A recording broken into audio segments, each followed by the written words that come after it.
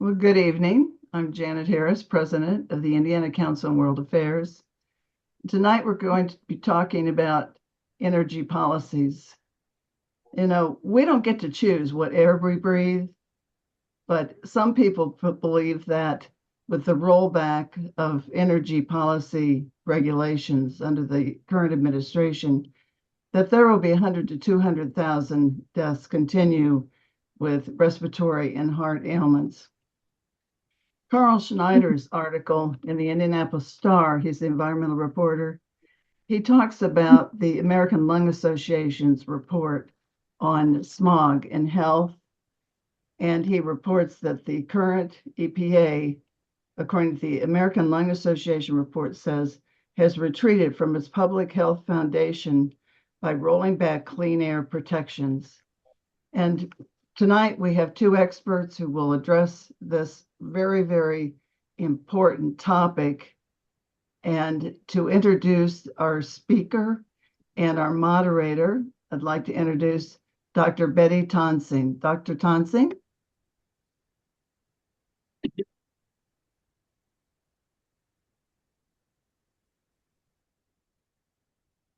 Janet, I'll be honest with you. I had been out all day and I am not prepared, but I will bet the Peer Atlas is.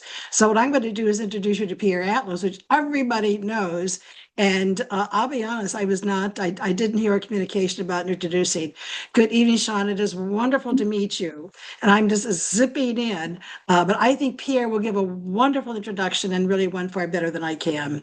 And I want to thank you both for joining us this evening. So I think we all know we're in for a treat. Pierre is very well known. He's very popular. And Sean, we're Dr. Mooney. We are so looking forward to this. This particular topic could not be more timely. So thank you for joining us. So may I introduce Pierre?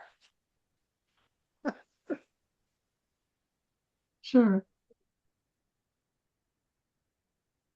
Okay. Thanks, Betty. And thanks everyone. So I'm Pierre Atlas. I gladly serve on the board of the ICWA, and let me just go ahead and I will introduce Sean. So for the past 7 years, Dr. Siân Mooney has served as Dean of the Paul H. O'Neill School for Public and Environmental Affairs at Indiana University in both the Bloomington and Indianapolis campuses. Dr. Mooney will step down and return to the O'Neill faculty in Bloomington this summer. Under her leadership as dean for the past 7 years, the O'Neill School in Bloomington has risen to the #1 ranked public affairs school in the country out of 266 public and private graduate schools, according to U.S. News and World Report, with 5 #1 ranked MPA specialties. That's Masters in Public Affairs. The O'Neill Indianapolis School, where I teach, has risen to 31st place out of those 266 colleges and universities and has the #2 ranked nonprofit management specialty in the country, according to U.S. News and World Report. A fellow at the National Academy of Public Administration, Professor Mooney is an expert in environmental economics and has focused her career on issues at the intersection of the environment, natural resources, and society. Her work has addressed the development of policy and measurement frameworks for greenhouse gas mitigation, nature-based solutions to climate change, endangered species habitat protection, and the impacts of climate change on water supply and agricultural behavior in the Western United States. Sean's research has been supported by major federal agencies in the U.S., and she serves on numerous advisory and oversight bodies. She has a bachelor's degree in agricultural economics from the University of Wales in the UK, a master's degree in agricultural economics and farm management from the University of Manitoba in Canada, and a PhD in agricultural and resource economics from Oregon State University. It's my pleasure to welcome my friend and colleague at the O'Neill School to the ICWA Global Speaker Series. And Sean, the floor is yours. Great. Thank you so much. And thank you for the lovely introduction. And it's a pleasure to join all of you today. I hope everyone can hear me okay. Can you hear me? Yeah, okay, good. That's wonderful. I'm going to try and share my screen. I managed to do it successfully earlier. Let's see if I can do this again. And I have a presentation of about 35 minutes and I can describe what it goes through when I put it up on the screen. And then I'm going to stop, and I know that Pierre is going to start fielding some questions, and maybe we'll start with some questions. Let's see if I can get this going.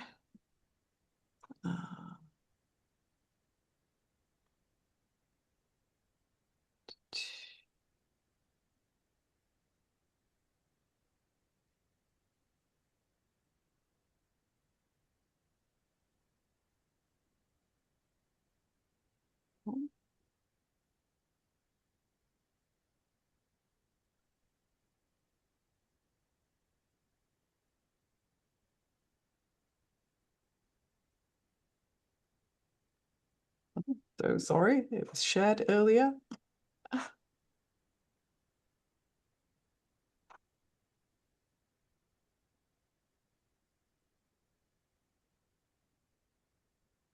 Let's try this.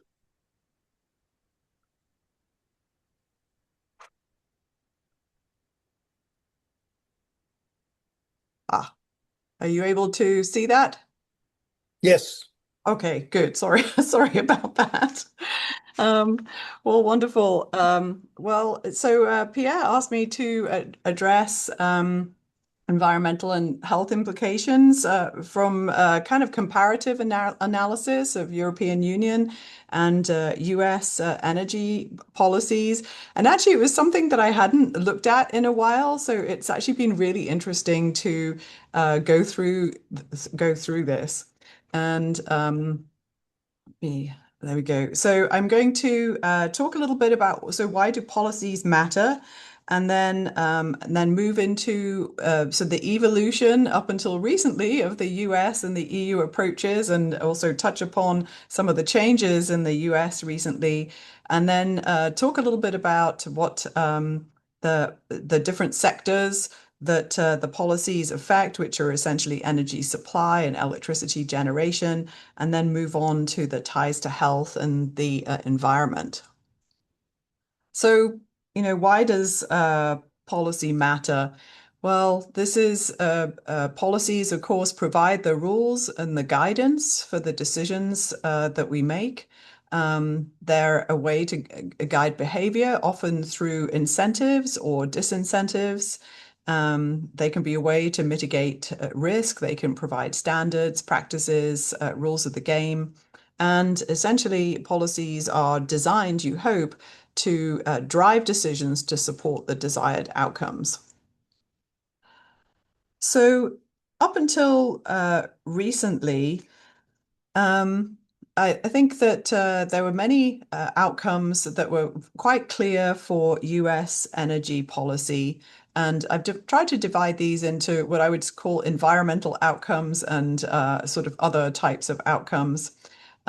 So there was a desire to cut overall US greenhouse gases by about in the low 66% by 2035 relative to 2005 levels. So it's quite a big reduction in greenhouse gases. And there was a desire to have 100% carbon pollution-free electricity by 2035 and a net zero emission economy by 2050. Also, many of the acts, which I'll go through in a moment, had other goals as well, such as energy security, an increased investment in renewables, clean manufacturing, an increase in electric vehicles sales, and increases in energy efficiency. And the EU approaches and goals are actually really quite similar over the same period. So a reduction in greenhouse gases, a desire to achieve climate neutrality, and also similar goals to the US for energy security, increase in energy efficiency, and also to ensure a socially just energy transition. There's a little bit more of a focus on that in the EU than in the US. And so kind of what I'll just foreshadow a little bit. So what you're going to see is with many of the acts and policies that I'm going to talk about. And I will also talk about some of the changes in the US recently as well. But up until that point, both the EU and the US, I think, were headed kind of in the same direction, but they were just taking slightly different paths to get there. And so in the European model, it's more of a regulatory led model with lots of binding targets, a market-based kind of carbon pricing mechanism. And in contrast, the American model was kind of an incentive-driven, business-driven energy dominance model, things using tax credits, trying to leverage some of the fossil fuels that the US has, and trying to dominate in green tech. But of course, since about 2025, there's been a bit of a shift in direction and thinking, which is also shifting policy, and we can touch upon that. So it's kind of an overview of major US legislation that occurred in the early 20s, 21 and 22. There was a lot of momentum in the US towards cleaner energy and energy efficiency. And there are actually many different laws and acts, but there were sort of three really big ones that we can kind of think about. The bipartisan infrastructure law, which is also called the Infrastructure and Jobs Act. That was in November of 21. This was followed shortly afterwards by the Chips and Science Act in mid-2022, and then later on in 2022, the Inflation Reduction Act. And I'm going to go through what each of those acts did, but I also want to just acknowledge that some later executive orders have really changed the course of some of these investments, mostly starting in around about January 2025. And I'll talk about what they have done to, I'd say, sort of reverse some of the momentum from earlier US legislation. So the bipartisan infrastructure law, it was quite an interesting, the Infrastructure and Jobs Act. It was signed into law in November 2021, and its aims were to upgrade power infrastructure to deliver clean and reliable energy across the country, to deploy cutting-edge technology, and specifically to reduce greenhouse gas emissions through pretty much the largest investment in public transportation in US history. And I'd say that this was fairly successful in its first couple of years. And so by the end of 2023, the bipartisan infrastructure law had allocated around about $75 billion for clean energy projects. And they were split pretty much this way. Grid improvement was 37%, so it's around about 22 billion. Clean energy was around about 21 billion. Energy efficiency had about 6.5 billion. And clean energy manufacturing and workforce development was about $8.6 billion of investments. So quite a lot of investment. The Chips and Science Act also brought with it really a lot of investment. And again, this act was really interesting. This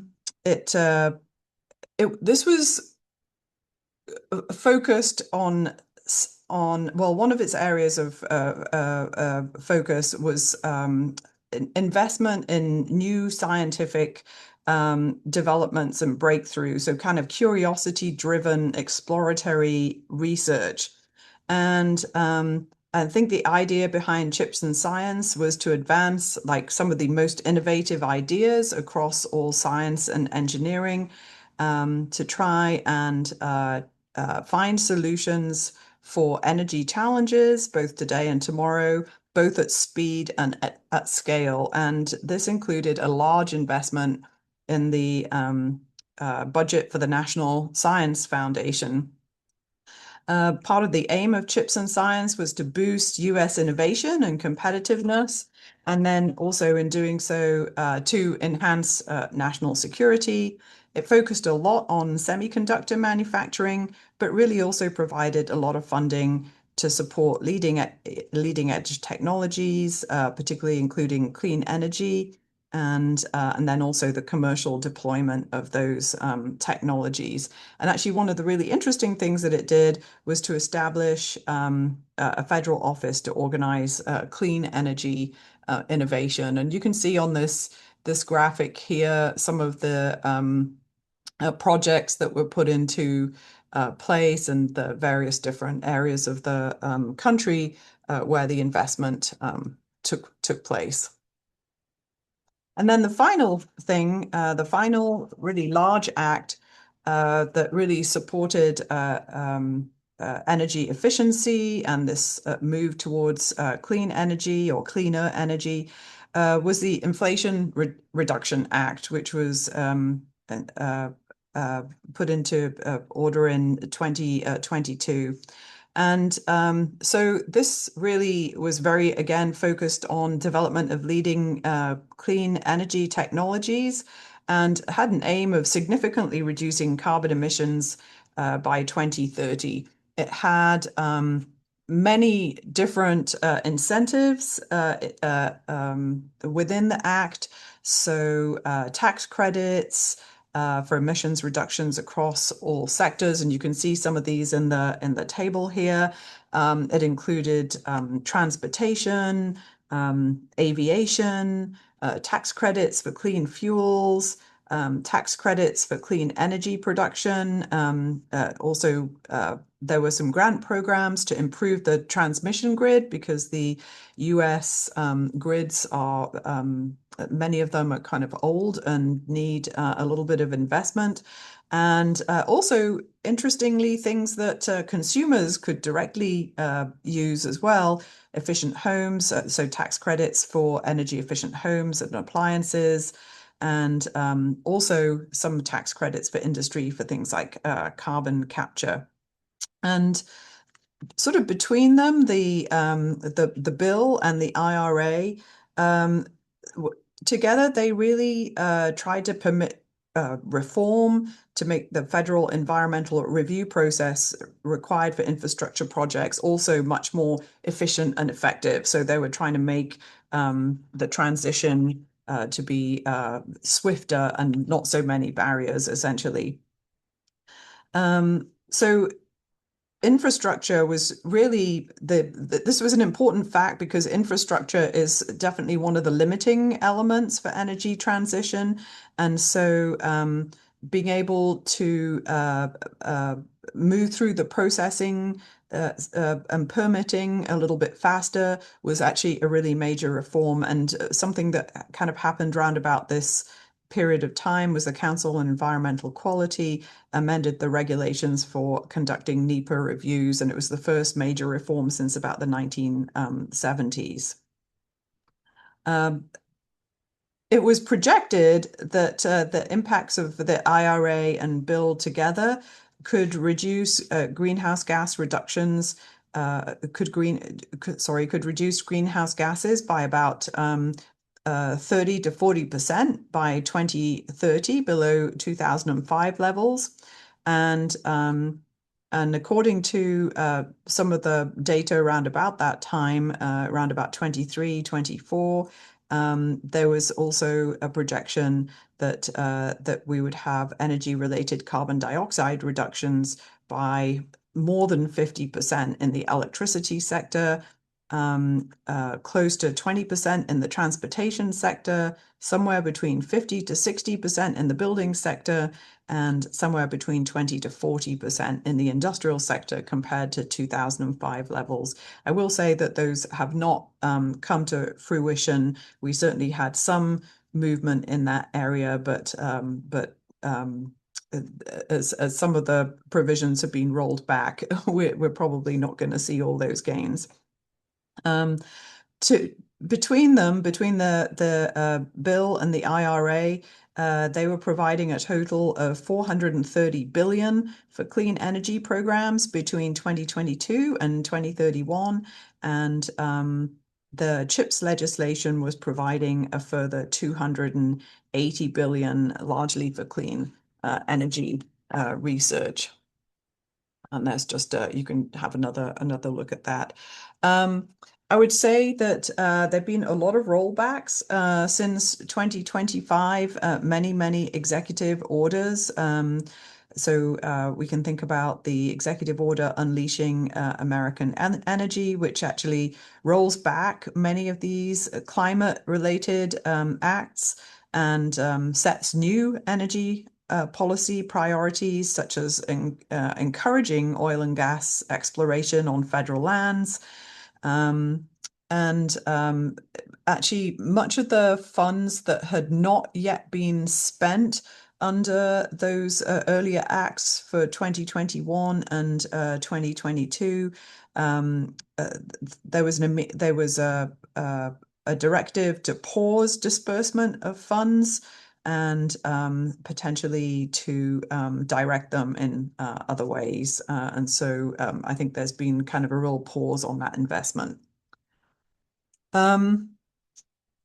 The EU, in contrast, and remember I started out by saying that I thought that the EU and the US, certainly at one point in time, I think we're headed kind of pretty much to the same end game, close enough, but perhaps using different ways to get there. I don't think that's necessarily the case now, but in the EU, there's been a real leaning in to what was called basically the Green New Deal of 2019. The European energy policy really underwent some fundamental transformation since the launch of the European Green Deal. It was originally framed as a long-term strategy to reach climate neutrality by 2050. It definitely had some hiccups with the 2022 energy crisis, but when they got back on track, it's kind of forced a bit of a sprint in energy restructuring, where goals that were originally intended for completion over a decade were accelerated into a 3-year time frame. So they're going to hopefully move very quickly.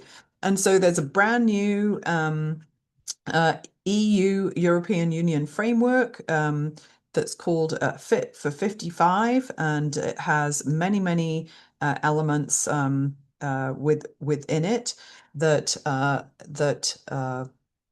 cover basically all sectors that might be having any kind of air kind of emissions. And one of the big tools available to the European Union is their emissions trading system, which I'll describe in a moment. But the emissions trading system is basically a cap and trade system that that is kind of modeled really on the sulfur dioxide trading system that was originally put in place in the US to reduce acid rain many years ago. So it's a market-based system. I won't go through all of this. This is just really to show you how extensive Fit for 55 is. And you can see regulations that, remember I said they have a regulatory process for this. And so actually there are laws for Fit for 55 that countries must meet. But you can see that all sectors of the economy are included under Fit for 55, and to go through all of the different things for all of the sectors, I think might actually take several days. So I was just going to leave it here and say that it's quite extensive. So some of the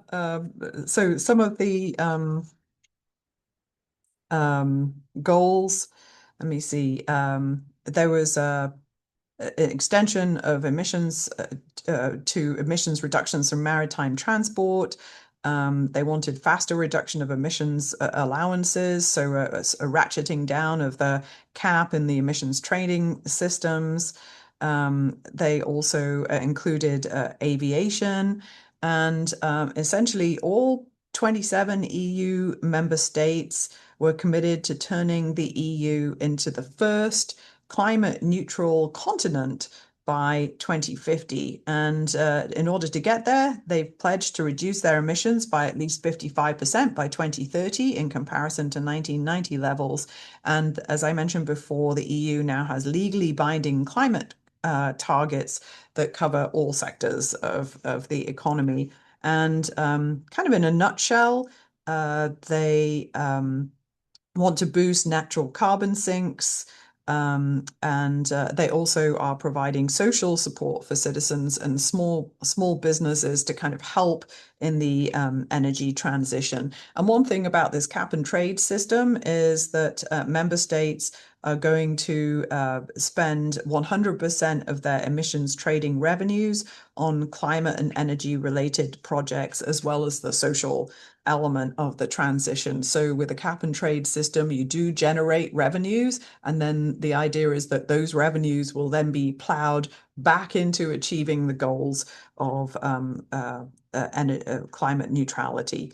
And I know that this talk also includes health, and you're going to see now why, in a moment, why this focus on emissions reductions, which is often talked about in terms of greenhouse gas emission reductions, also has a big impact on health because the air pollution that is coming from many of these energy sources also has big health impacts as well.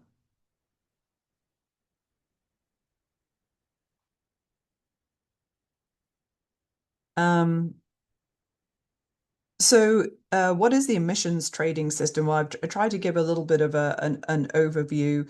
It's basically a carbon market, and it's been going since 2005. And actually, early on in my career, I do remember studying this really quite intensively. It has a number of different phases. I think we're in the fourth phase of the market right now. And as I said, it's based on a system of cap and trade of emission allowances. So if you can think of it in a way, the EU sets a cap on the amount of pollution that it will allow, and then it sells allowances so the industry can use up to that cap, and then essentially then the market price for those allowances are determined by the market, just by buying and selling, by supply and demand. And you'll see I have a graph that shows how the price has kind of changed over time. But essentially, when you ratchet down the cap, so reduce the number of kind of permits that you have in that system, it decreases the supply of permits in that market, and it tends to bump up the price. So it makes it very expensive for people to emit pollutants. And then that incentivizes the participants to think of energy reduction technologies, so for efficiency, or incentivizes countries to switch from one energy source to like perhaps a lower polluting energy source. And so that's kind of how, so they're using economic tools essentially to kind of create pressure to encourage different countries and different sectors of the economy to figure out their own way to switch to cleaner energies. And so this is just a quick graph of kind of a timeline of prices in the emissions trading system over time. So you can see this goes from April of 2008 only up until 2022. I think this was the second tranche. We're in the fourth tranche right now, but I just wanted to show this to give you an idea of how the prices might change over time. There was a lot of criticism of this system early on because I think they'd provided too many permits, and so the price was kind of low because there was a big supply of permits. But over time, they have ratcheted the number of permits down, and you can see that the price has risen. So it's now costly to pollute, and as a result, then industries and sectors start to think of like different ways that they want to do business and starting to switch to technologies that don't emit so many greenhouse gases. So essentially, all of these policies, both in the US and the EU, change their goal is kind of to change the energy supply mix. And so this is just a quick graph looking at the total energy supply for the US, and total energy supply essentially refers to all the energy a country produces or imports minus the energy that's exported or stored. And so this will include the transportation sector as well, but much of this is converted into like fuels or electricity. And so both in the US and the European Union, actually and I'll show you the EU in a moment, oil actually remains the largest energy source, accounting for around about 36% of US energy and around about 34% of total EU energy supply. And much of the demand for oil is coming from the transportation sector, and reducing oil share in that sector is particularly challenging because large-scale alternatives for transportation are still developing. But of course, if like EVs and things like that, as we transition more to things like electric vehicles, we would reduce more of our reliance on oil. And the US has reduced its reliance on oil a little bit since 2009. But as you're going to see, for electricity consumption, it's mainly through a significant increase in energy from gas. So you can see kind of the same thing for the EU, that oil is still the largest energy supply, followed by natural gas, and coal and coal products, which is the sort of brown colored line, have decreased a little bit. So remember, this is total energy supply. If we look at, I'll just click forward. If we look at energy that's used in electricity generation, it's kind of a little bit of a different story. And so for the US, we can see in this graph that certainly coal used to be the dominant electricity energy source. And so this is just 2000 to 2024. And we've seen a real big shift away from electricity generation from coal. In 2000, it accounted for around about 55% of electricity generation, and it's fallen to around about 20% in 2024. And over that same period, essentially natural gas has become the dominant fuel. You've seen a little bit of increase in renewables over that time, but still fossil fuels are accounting for the majority of electricity generation in the US. It was around about 71% if you were to add them all up in 2020, and though it's declined to around about 60% in 2024. Renewable energy has grown a little bit to around about 23%, definitely showing that the US was having a shift towards cleaner energy sources. But I'd say it's probably in today's landscape, it's going to really, so with the kind of the rollback of some of the acts, it's going to significantly influence future electricity generation. There's a lot of policy uncertainty right now, and the uncertainty is going to shape investment decisions and the pace of energy transition. I just wanted to pause on coal-fired plant retirements, because we'd seen how coal had really declined a lot. There was a bit of a switch in 2025, and you can see here that a lot of the coal-fired plants were being retired, but actually there was a mandate to delay some of these retirements in early 2025. At the beginning of 2025, coal plant operators had planned to retire around about 8.5 gigawatts of capacity, but about 4.5 gigawatts of these planned retirements were delayed to future years.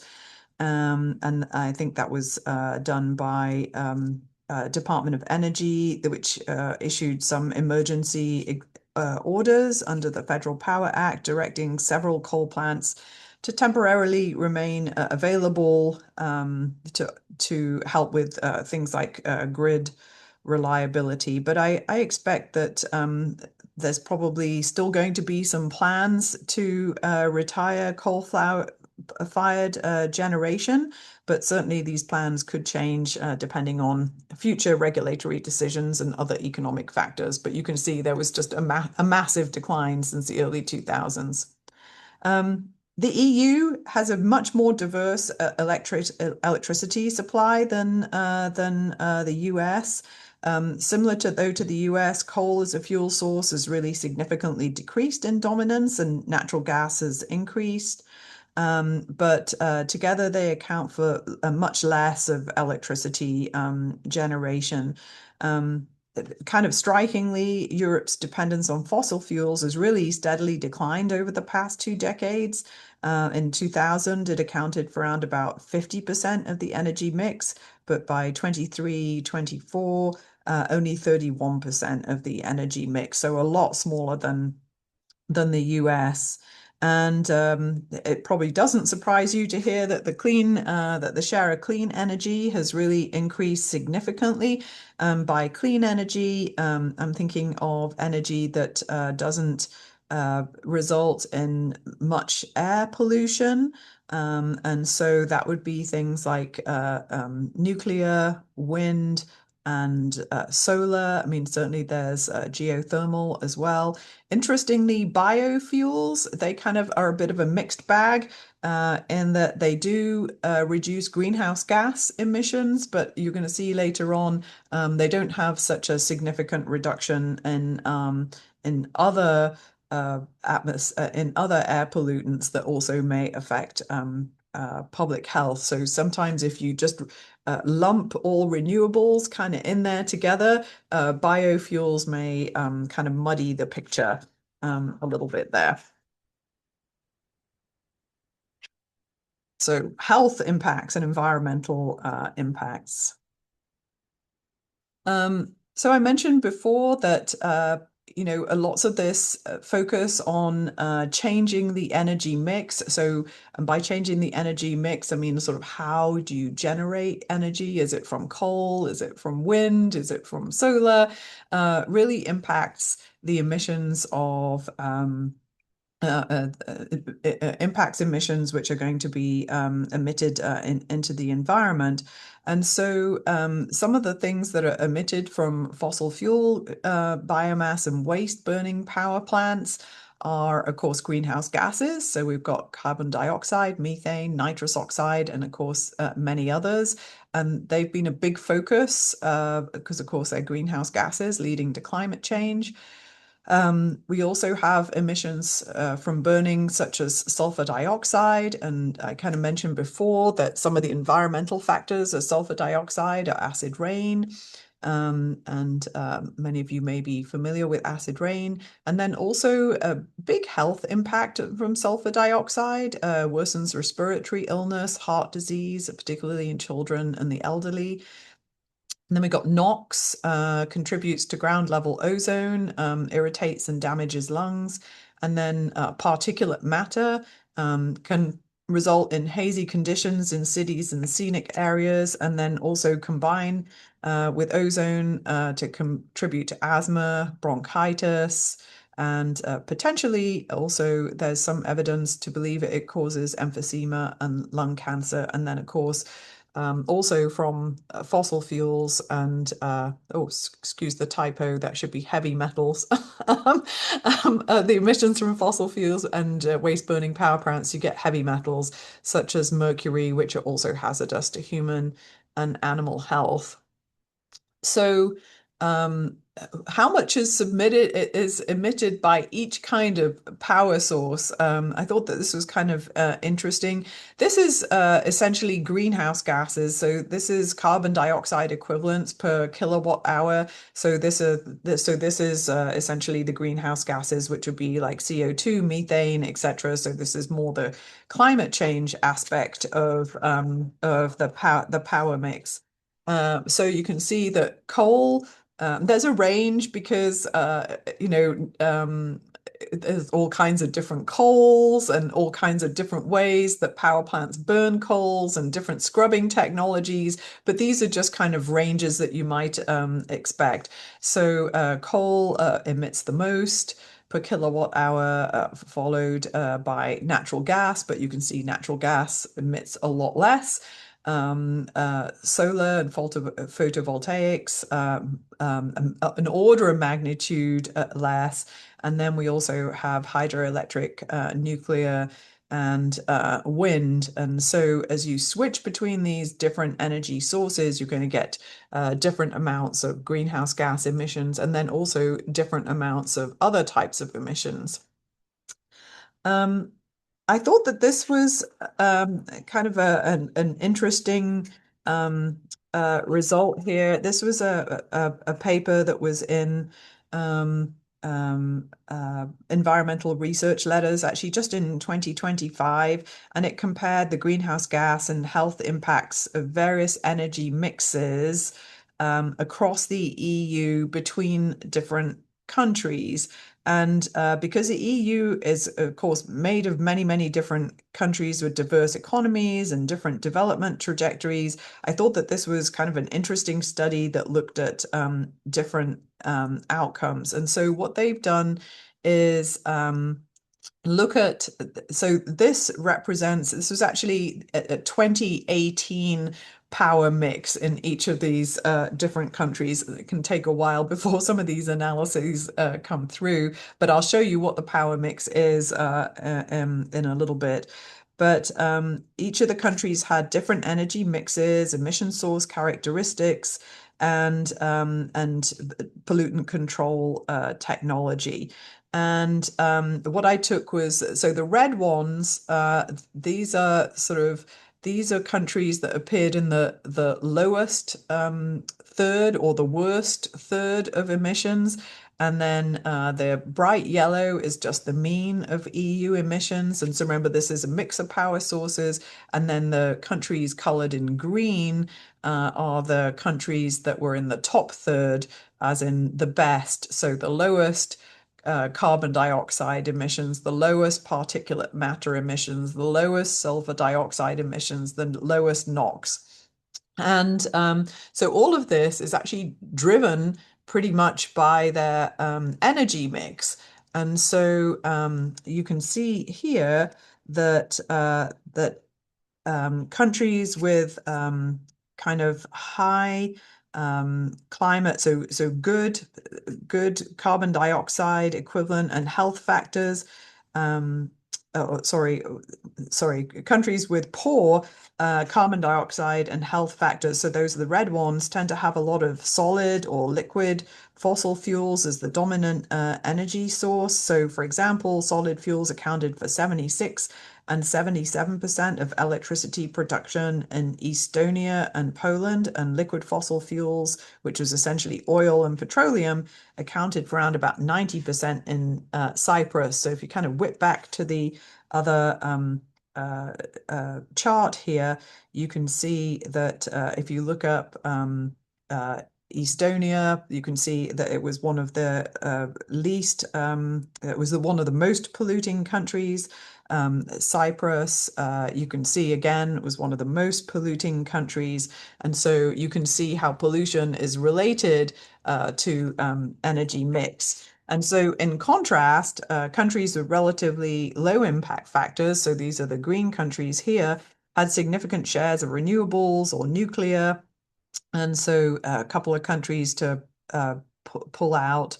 So for Sweden, France, and Lithuania, had 97, 91, and 83% kind of contributions to their power from things like renewables and energy and renewables and nuclear. And you can see that they were also some of the cleanest countries.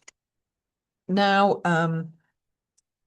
uh, there was also an estimate in several papers of the mortality that might occur from things like particulate matter and sulfur dioxide and ozone. And essentially, the higher the particulate matter, the higher the sulfur dioxide, the higher the NOx, the higher the number of deaths that you might expect. It's already been a long presentation, and so I did not actually include all of that. But now, after the early read-in, I wish I'd included a bit more of that. But anyway, I'm going to end here. I'm just going to say that certainly up till recently, EU and the US were perhaps on different pathways to a similar environmental goal, but I definitely think they may be diverging.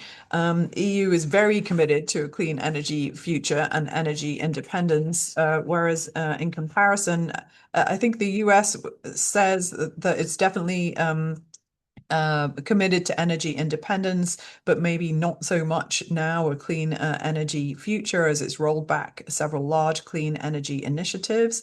There's been a lot of discussion in the press about things like climate change and greenhouse gases. And clearly, as I showed, the energy mix has a really significant impact, but it also has a very significant impact on health. And in fact, actually, the health outcomes from the use of renewables actually might exceed the value of environmental outcomes by a very significant magnitude. And one of the things that actually is fairly distressing, we talked about it earlier on, was that the EPA used to calculate the monetary costs of air pollution's health impacts. And since the beginning of this year, they're going to drop that from any additional assessments. And so I think that will very much make it harder to estimate what the value is from cleaning up the energy sources and looking at new emission sources. And this actually might be hard to read. Unfortunately, I didn't have a chance to clean it up before, but this actually came from one of the EPA websites.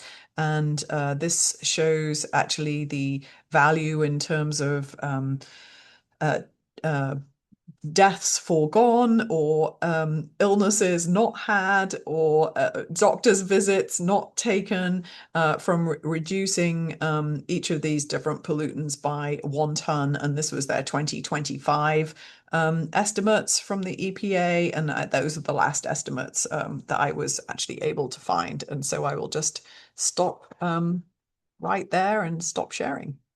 And thank you for bearing with me. I know that was a lot of regulation.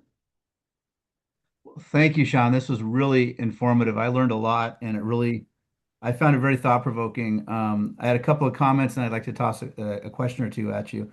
First of all, I think one of the real contributions of your presentation is really underscoring just how different energy sources can impact on health, which is what you just said. Because in here in the U.S., the debate is always about climate change, and is it happening? Is it not happening? Is it a hoax or energy independence? But public health is not really talked about at all. And looking at the data from the different European countries, it's really striking just how I think that's something that really needs to be put into the public discourse, into people who are supporting renewable or clean energy. They really need to be stressing this much more than they are, and because I really don't hear about that, I don't hear that narrative very much at all. Another thing that I found really striking as you were going through the policies that were put into place in the first couple of years of the Biden administration, really when Biden was president and the Democrats controlled Congress, 2021, 22.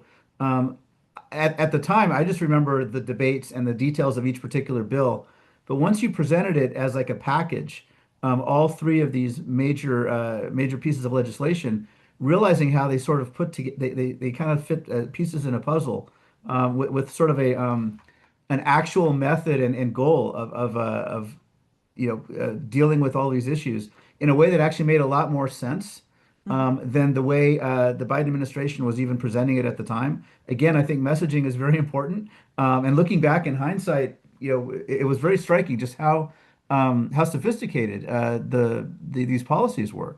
And again, the salesmanship was awful, I think, in on the part of the Democrats in Congress and the Biden administration, which is really unfortunate as well. So there's like the positive that was not sold correctly, and then these negatives that are not being explained. And I think either both of those really are things that need to change. Also, the fact that so much of the infrastructure law, the CHIPS Act, and the Inflation Reduction Act, how they've been sort of undermined through executive orders and even refusing to spend money that was already allocated by Congress. I mean, there's a lot of it's really striking.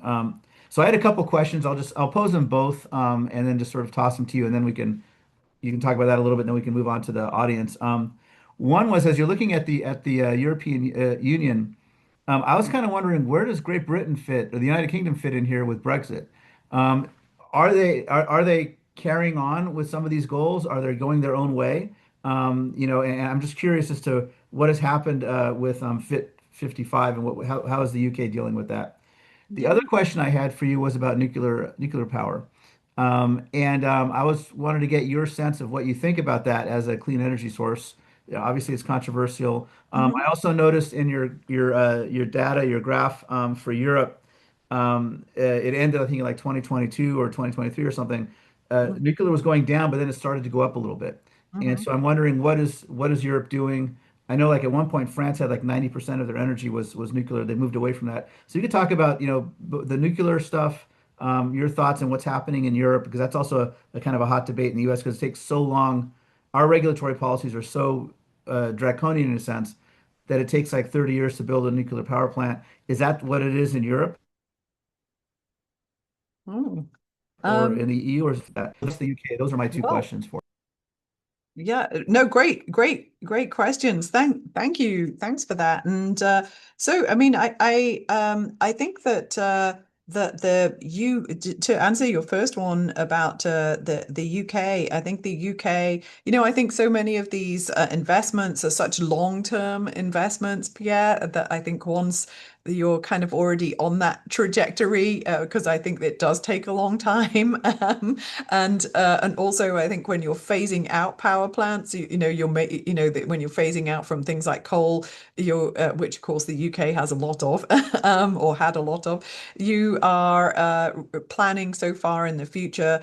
It's been my impression that they haven't really strayed that far from the course that the EU has, but of course, as the UK has Brexited. Um, they they are no longer a part of the EU, so they're not subject to these mandates. But actually, there is something which probably encourages countries like the EU to pay. Sorry, countries like Great Britain to pay attention to what's happening just across the sea in the European Union. And that is that one of the things I didn't talk about is that the European Union is also going to have a carbon border adjustment mechanism, and so that's to stop you moving your factories to like a country, for example, that isn't regulated by EU rules and making all of your products there and then shipping them back into the EU. And so I anticipate that this carbon border adjustment mechanism will probably be also applied to imports, I would expect, because that would be a very logical way to put that on to implement that. And I would expect it probably be also applied to imports from like the US as well, because you wouldn't want to have goods from a country that is perhaps spending less on energy, competing with your own goods when you're limiting kind of what the energy supplies are. Because actually, energy in the EU, is a lot more expensive, for example, than it is in the US. But I think there's also that question of like long term, will it remain more expensive, or are they in the transition point right now, and will it start to be more inexpensive kind of later on? The nuclear power is kind of interesting. Actually, my very, very, very first project as an undergraduate student when I was in Wales was actually on nuclear fallout from Chernobyl, and how it contaminated, how it rained down over Europe after the nuclear accident, and how it contaminated actually the food supply, like sheep and cattle became radioactive, and that was one of the first things I did as an undergraduate. But I think that there are some strong feelings about nuclear, and I think that you kind of hit it upon the head, Pierre, in that Germany phased out all its nuclear power generation in 2023, largely influenced by the Fukushima nuclear disaster, because it really raised a lot of public and political concerns about nuclear safety. And Germany tried to accelerate its nuclear phase out phase out policy. But on the other hand, France has a fair amount of nuclear. So I don't think I have an answer for you. I would just say I think it's quite complicated. And yeah, I think it's just complicated. And one of the things about the EU is each country is able to determine for themselves how they meet the goals. And so if Lithuania wanted to go all nuclear, for example, there'd be no reason that it couldn't do. It's because the mandate is just meet the target, and it's up to you how you meet the target. Interesting. Well, thank you. That very, very informative. Appreciate it. I'm going to pass it on to Ray, and then Ray's going to run the Q&A with the audience, and I have a feeling there'll be a lot of questions for you from the audience as well. All right, thank you, Pierre, and thank you, Sean. Again, just as a reminder, if you have a question, just go to the chat and let me know that you have a question. I'll call on you in kind of the order that your name shows up. Our first question is from Claire Collins. Claire? Hi, it was a very interesting talk. I just learned recently, and I forget where it was. I was looking through the computer. I don't know what education source or news source it was, but there's been a huge finding of lithium reserves in the Appalachian Mountains, particularly in North and South Carolina and New Hampshire and Maine. And it's like we would never ever have to have our rare earth elements or lithium from China. And I just wondered if that would make an impact on the environment, or getting it out of the ground, and or how soon it could be started. And I mean, several years ago, we had that sort of mining in Southern California, but it was shut down because of environmental regulations. And then the land was sold to a Chinese company, and they're probably doing the same thing, but not reporting the results of their pollution. But so I just wondered how soon would it be before that sort of thing could be mined? I don't really know the answer to that. I'm not familiar with that finding, but certainly lithium is a very important mineral, rare earth mineral, for the batteries and other kinds of renewable energy sources, or for energy storage. And I don't really know how long it would take to start up a mining operation like that, or how much lithium has been found there. But I will just throw it out to the crowd, because maybe this is a very educated group. Maybe somebody here is familiar with that. I have another question while they're thinking of what to do about that. But I was interested in the health situation. I'm a respiratory therapist, retired, um, and a lot of air pollution from mining and that sort of thing. Coal miners' disease. It's chronic restrictive lung disease, not chronic obstructive.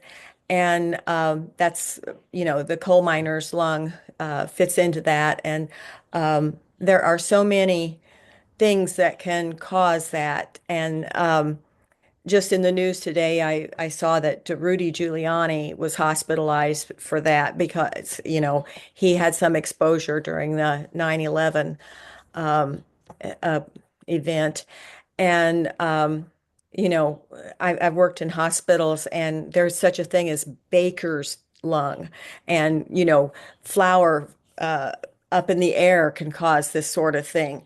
My own experience, I have cats, and I decided to switch to the lightweight cat litter, and I became very sick. And it's the fine dust floats around in the air, and I think that there should be a law against lightweight cat litter because it's too damaging to the lungs. Call it cat litter disease.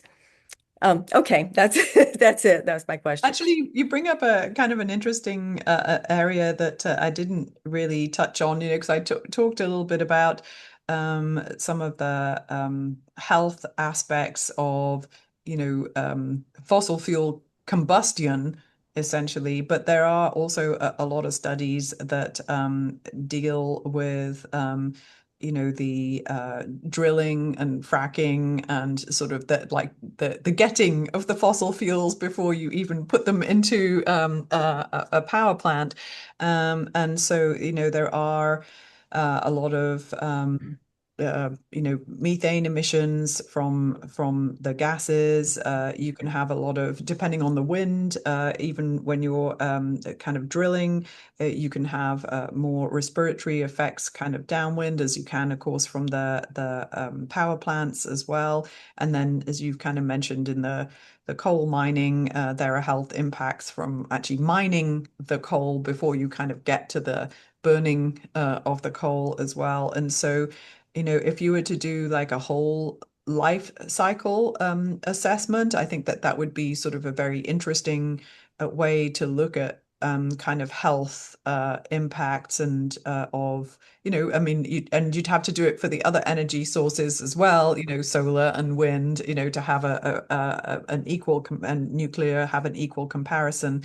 But I think it's interesting that you brought that up, that sort of how you access the fossil fuels also kind of has impacts on human health, and it also has impacts on the environment, because you sort of mentioned, the mining of lithium, for example, that how it had been, it will be damaging to the environment as well. And and I think that this is why many of these questions are such complicated questions, because there's sort of pros and cons, I think, to everything that you do, and trying to actually weigh all of them and compare them with each other, is oftentimes, a difficult and complicated exercise.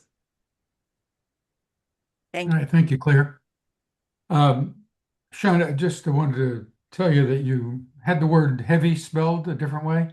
Yes, You should just say apologies. that's the British spelling. Thanks. I thought I'd run the spell check, and I was like, oh, clearly I missed No, something. just say it's the British spelling. Thank you. Okay. Our next question is from Trevor. And again, if you have a question, please let me know in the chat room. Go ahead, Trevor. Dr. Mooney, thank you so much for being here today. I really enjoyed your presentation. So my question is about the hot topic that has been going around the Midwest, which are data centers. Ah. So my question is, how should we as Hoosiers balance the economic benefits of attracting them with the environmental and energy grid pressures they create? Mhm. Well, I think by careful analysis, honestly, Trevor, would be my suggestion, because I think we're doing more and more work right now, looking at the environmental impacts of data centers. I mean, they are clearly very large power users. And I will say I'm not an expert on data centers, but I know that they're very large power users. That's going to have an implication for the stability of the grid that we all use, because we all use power, and much of the US grid is kind of like antiquated and needs could do with some updating. So that may have some impacts, and then again, how you harness that power, what's it going to do for the demand on the grid, and then our mix of energy will sort of be also an interesting question. I know that many of them are, looking to have their own, energy supplies, and I don't know if it's feasible uh, um, to support a data center on solar and batteries for example. I mean, I've read about it, but I'm afraid I'm not that much of an expert to understand whether that would be feasible, kind of, or not. And then, of course, there's some of the environmental impacts as well, such as the water use and that kind of thing. And actually, I have a colleague here who is starting to look here at the O'Neill School, who's starting to look into questions like that. But I would just say, Trevor, I don't really have an answer for you on that right now. But I do think that an analysis can be conducted, and I think that some people are starting to do those analyses. And I think particularly in Indiana, it'll be just really interesting to see what that looks like as the data comes to light. So I think stay tuned, and I think encourage support for analyses like that to be done, because certainly many of the data centers aren't employing a number of very many people, and I think the question of what do they contribute to the local economy is a great question. All right. Thank you. Thank you, Trevor. Our next question is from Larry Chimino. Hi, thank you.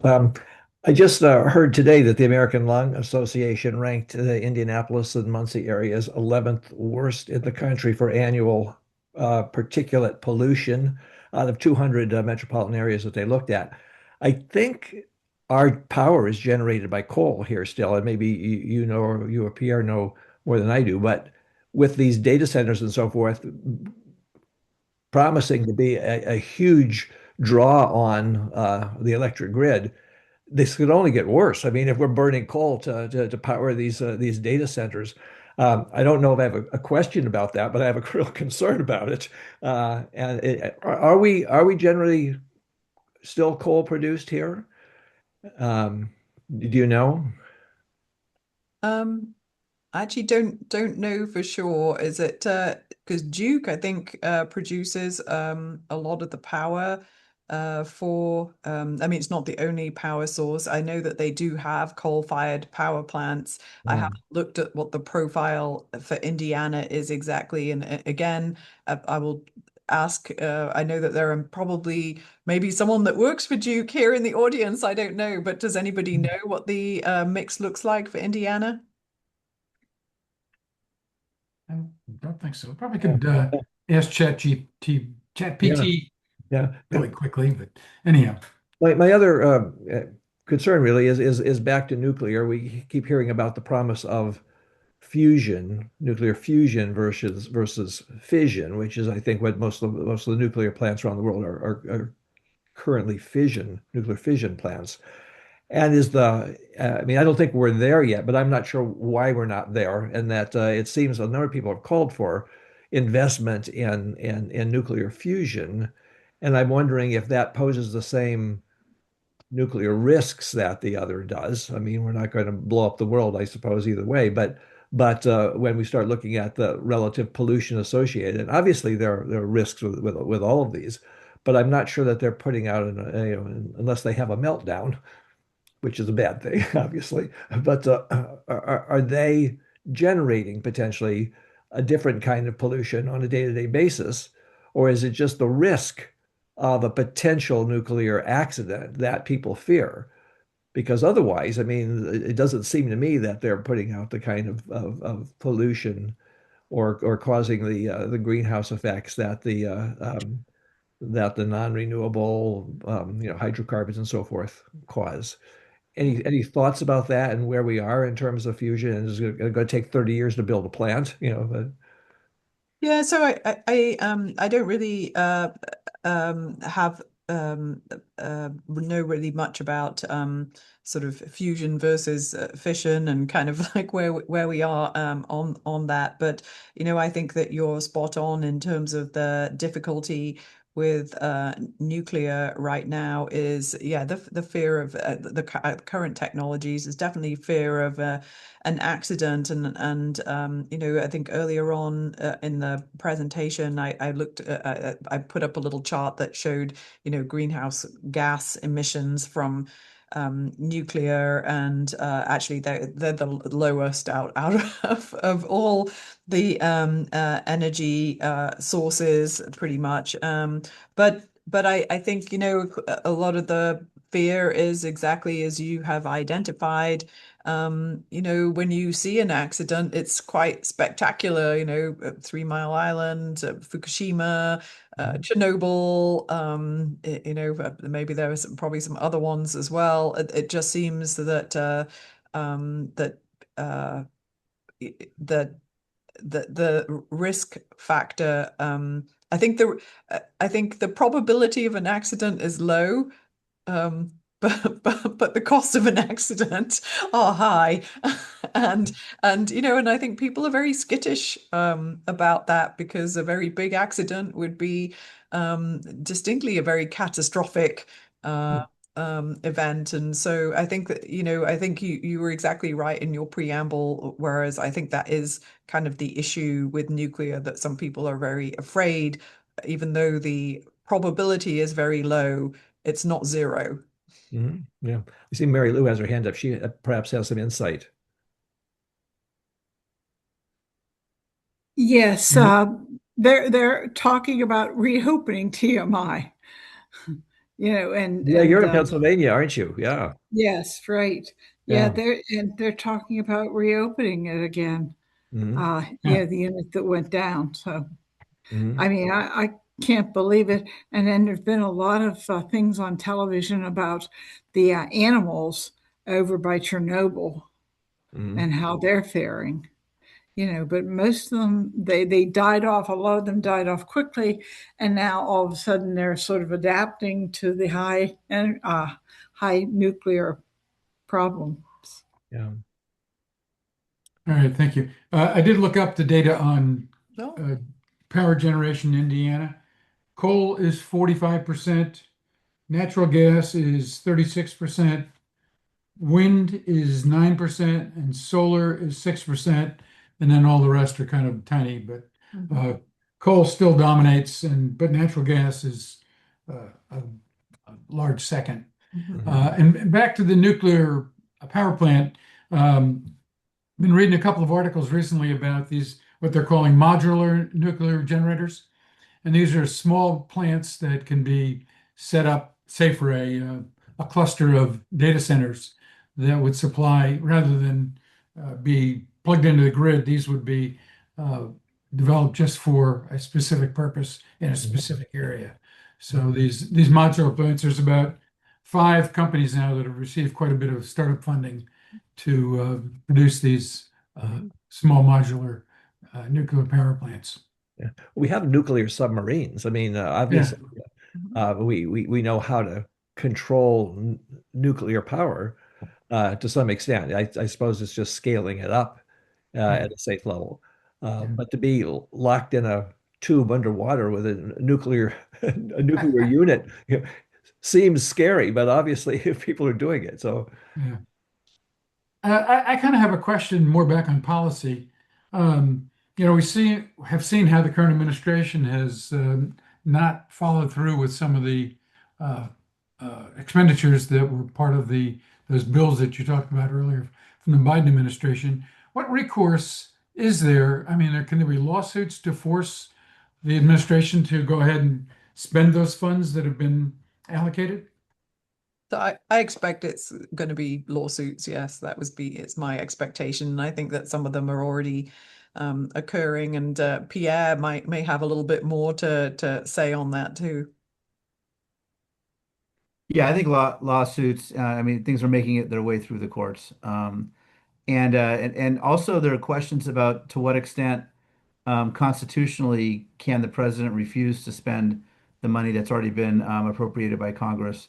And so I think there are particular companies that might have been expecting to get a grant or getting certain types of money. They were guaranteed it, and they have the opportunity to sue. But then there's also the constitutional argument as well, and I'm sure that's being argued too at some point because he's been refusing to spend money appropriated by Congress in a lot of areas, Mhm. not just here. And it does raise a lot of questions. And I mean, I'm trying to remember. I know that Nixon did that. They call it impounding. And I don't remember what the Supreme Court said about it, but I don't think it was looked on very kindly that you can do that. And I think he did it for a particular reason.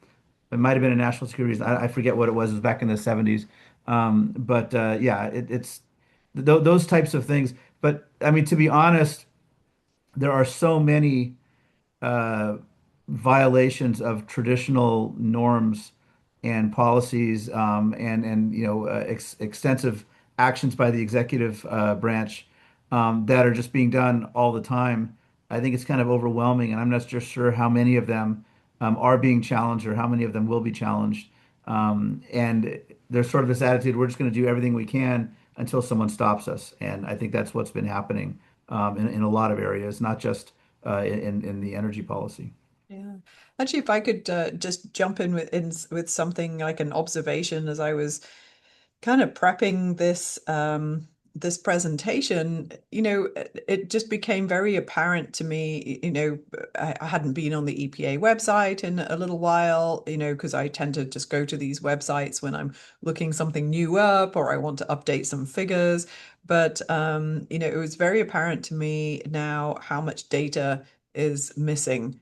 And so, I mean, I mentioned earlier on that the EPA always used to uh, uh, do a calculation of the monetary costs of air pollution's health impacts. It was part of the EPA assessments, and that's dropped now from the EPA assessments from 2026 onwards. And there was a lot of information about that.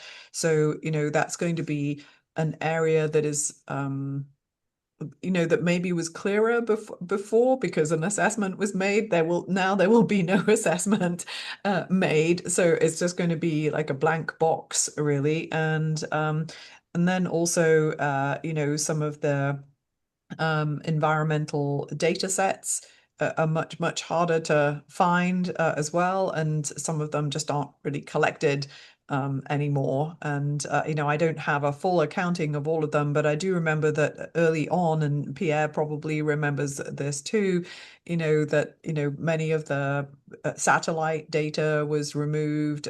Some of the data for the USDA was removed that was used in crop forecasting, which I know is maybe slightly different from energy. But if we're just on the on big data sets that are helpful for answering questions, that really that not having access to these things makes it harder to do an analysis. And I think it was Trevor earlier on, that was talking about data centers. Well, if you don't have good data on the things that you want to compare, then you're kind of flying blind a lot of the time. And I expect it's going to be harder to evaluate things like regulations or the citing of new I don't know, manufacturing plants or power plants or who knows what, because you're not going to have the information to make an informed decision. I would go beyond that, and we're seeing something systemically across the entire administration, in other areas too that are not related to energy and the environment. So one of the classes I teach every semester at O'Neill is on terrorism and public policy, and I've been teaching it every semester. And starting in January of 2025, the major agency websites changed. Mhm. So if you were to go to the Department of Homeland Security website today, it looks like a campaign website, and it lost the sort of the more neutral tone, the dispassionate material. Data is also no longer there. There was the Department of Justice, the National Institute of Justice (NIJ), which is funded by DOJ, very reliable data. After Charlie Kirk was assassinated, they removed a major study. That was actually the lead author was the co-author of my textbook that I use, who's a major criminal justice professor at Michigan State University.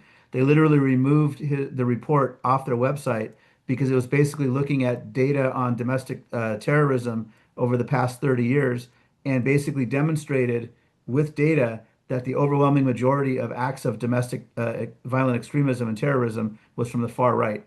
And so they literally removed that from the website because they didn't like the fact that it was showing what the actual data was. And fortunately, a lot of these things that have been removed by various departments have been archived, and you can actually find them elsewhere, but you have to go searching for it. Whereas in the past, Republican or Democratic administrations, you could go to a government website, and you would sort of expect reliable information.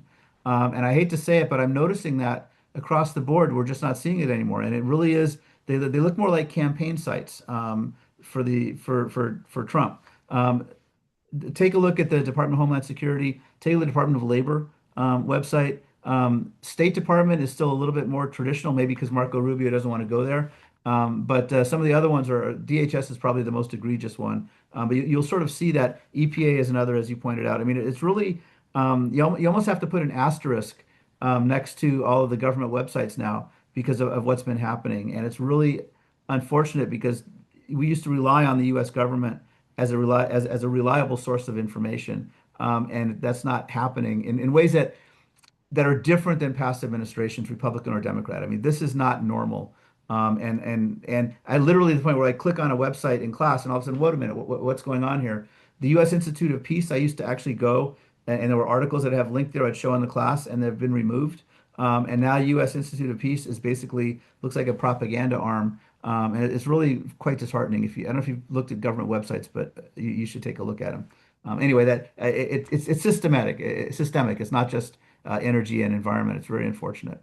Yeah, and I think it makes it very difficult for um, citizens and consumers to follow to get information, because I think lots of those websites, although lots of academics use them as well, the big data sets, there was also just kind of a primer on something or another that any person that was just kind of interested in learning about a topic could read and then understand it. And yeah, and I noticed the same thing as you, Pierre. I clicked on a lot of links and I was really surprised they just went nowhere. They were all just 404 errors. It was almost like the website needed to be rebuilt, but a lot of things had been taken away. But I digress. All right. Well, thank you. Thank you, Pierre.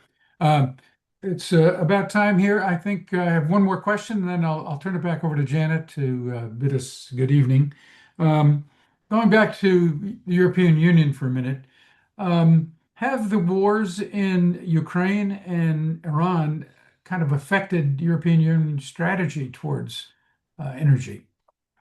I think the short answer is no. And actually, I did look that up because I was kind of curious. So I started having a look at their website today. Well, at least they're saying not. But I mean, it certainly kind of has had impacts. And so kind of what they're trying to do so they had diversified some of their gas and oil supplies. And actually, something I didn't talk about was a part of this also Fit for 55 is like cutting off oil imports from Russia, which actually they have been very successful at. Actually, I'm just looking at something that I'd seen, but like in 2022, they were importing 27% of their oil from Russia. Now it was only 3% in 2025. For gas, it used to be 45%. Now it's just 13%. I don't think it's completely down to zero, but it's pretty close to zero. And so they've been trying to get oil and gas supplies from different places. But I think the biggest impact there is absolutely, the global price spikes are a big concern. It's making things very, very expensive.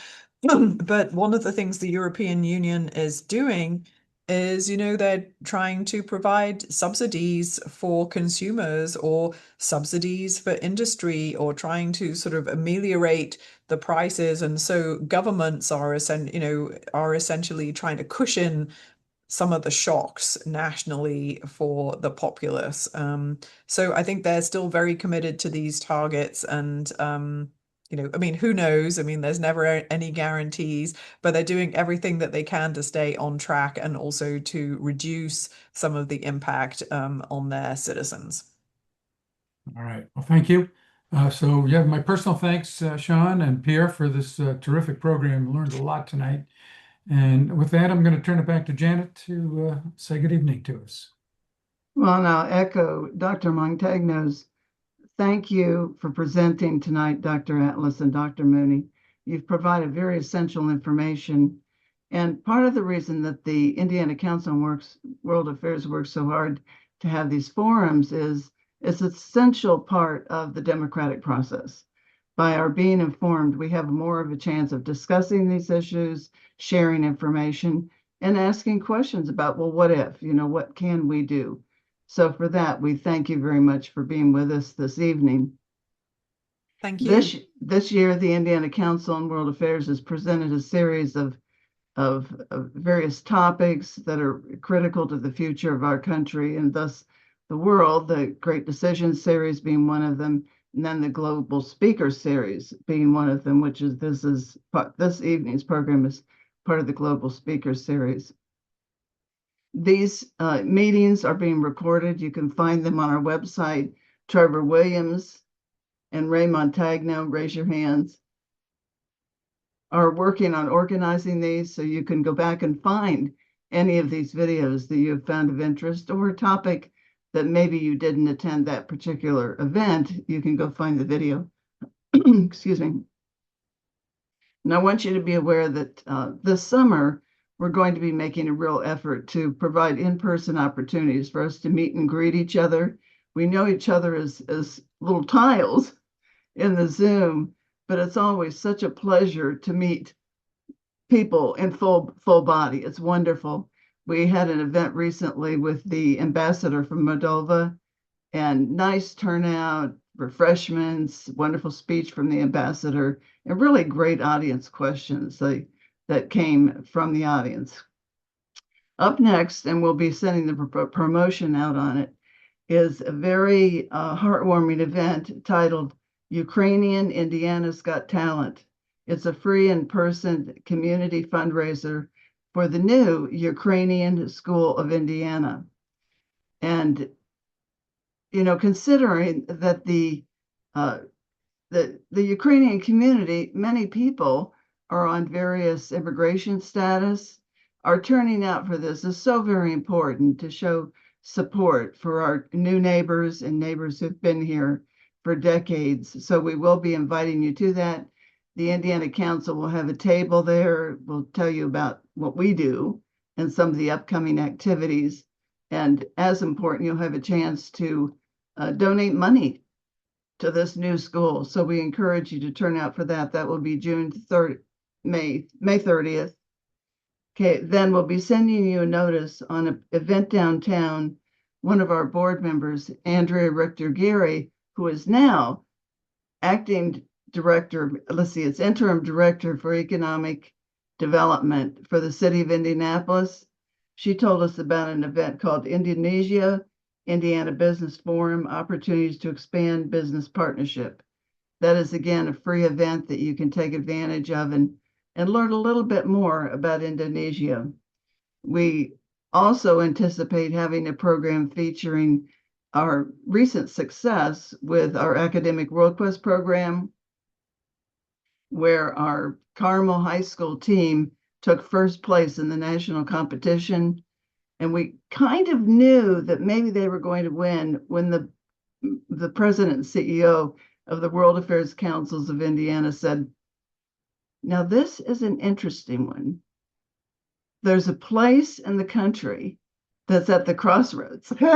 And we were like, "Oh my gosh, we won." And we also won the national competition for the logo design. And that will be the design that is promoting Academic World Quest across the country for 2027. It's on a award that we're going to be receiving, and it will be on the printed literature promoting that event for next year. And we'll be sharing that image with you. We plan on an in-person event to recognize the students and to thank them for their very hard work and diligence. They scored higher than any of our teams in the last few years, maybe ever, in our Indiana Academic World Quest competition. So we were optimistic, and they did come through and win for us. So we're very proud. Indiana was mentioned about 10 times. One of the most prominent ways was the Hamilton Luger School of Global and International Studies, which is our lead sponsor this year. So we're very grateful for Indiana University's support and the area studies centers that support our activity and have for the last 5 or 6 years. So I want to publicly express gratitude to Indiana University, of which you're representing here today. Any other questions or comments before we bid each other's adieu for the evening until we're together again? Thank you very much for being here. Good night. Thank you, Sean. Yeah, thank Take you. care.